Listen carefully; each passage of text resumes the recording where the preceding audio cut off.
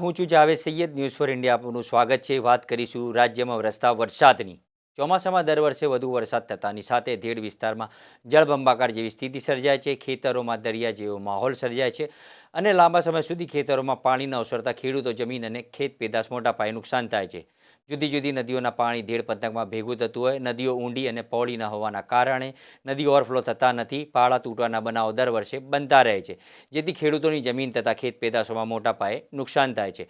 હાલના વર્ષે પણ બામણસા ગામે ઓઝત નદીના પાણી તૂટતા અસંખ્ય ખેતરોમાં ધોવાણ સાથે ખેડૂતોની ખેત પેદાશમાં મોટા પાયે નુકસાન થયું છે. જે બાબતે ખેડૂતોની એવી માંગ છે કે નદી ઊંડી અને પહોળી કરવામાં આવે તેવી દર વર્ષે ખેડૂતોની માંગ કરે. છતાં સરકાર દ્વારા ધેડ પંથકના કે કાયમી પ્રશ્ન હલ થાય તેવું કરવામાં આવે તેવી ખેડૂતો માંગ કરી રહ્યા છે. કેશોદ તાલુકાના બામણસા ધેડ ગામે દર વર્ષે એકાદ બે જગ્યાએ નદીની પાળો તૂટવાનો બનાવો બનતા રહે છે. હાલમાં પણ વર્ષે બામણસા અને ઓઝત નદીના પાણી તૂટતા અનેક ખેડૂતોના ખેતરમાં ધોવાણ થયું છે, મોટા પાયે નુકસાન થયું છે અને અનેક ગામોમાં બંબાકાર જેવી સ્થિતિ સર્જાય છે. અનેક ગામો સંપર્ક વિહોણા બની ગયા છે.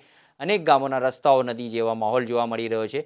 નદી, નાળા, ચેક ડેમો છલકાય છે. અસંખ્ય રહેણાંક વિસ્તારોમાં પાણી ભરાય છે. હાલના વર્ષે ચોમાસામાં 40 ઇંચ વરસાદ નોંધાયો છે.